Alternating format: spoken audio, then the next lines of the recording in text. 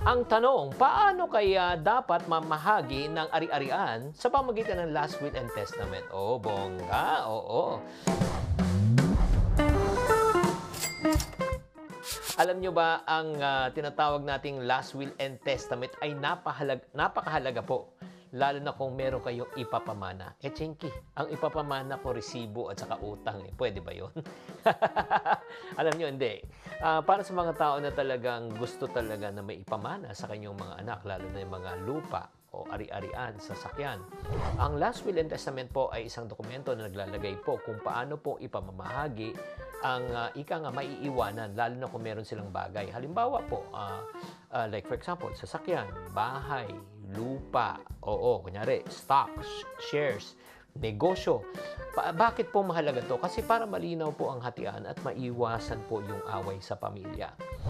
Kaya nga paano to ginagawa? Napakasimple lang. Dapat nakasulat. Number 1, may pirma na may-ari. At ideally, na may witness po or notary para legal. Ang ginagawa rin ng iba, pwede na pong recording. Diba? Yun nga, para i-record habang sinasabi. At syempre, may pirma. Pangalawa po, sa batas po ng bansa po natin, sa civil code, meron po tinatawag na yung tagapagmana po. Ang unang prioridad, asawa at mga anak. Silang unang may karapatan sa mana. Pangalawa, kung wala po kayong anak, mapupunta po ito sa magulang. Kung wala na kayong magulang, malapit na kamag-anak.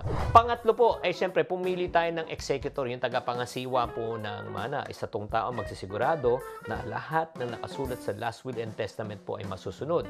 Mas mabuti kung trusted na kamag-anak or abogado. Pang-apat po, siguraduhin na intindihan ng pamilya. Paano po ang hatian? Para naman hindi po magkasamaan ng loob. Pang-lima po, kung nabubuhay pa po ang may-ari at may mga bagong pag-aari na pumasok, kailangan mag-update kayo ng last will and testament.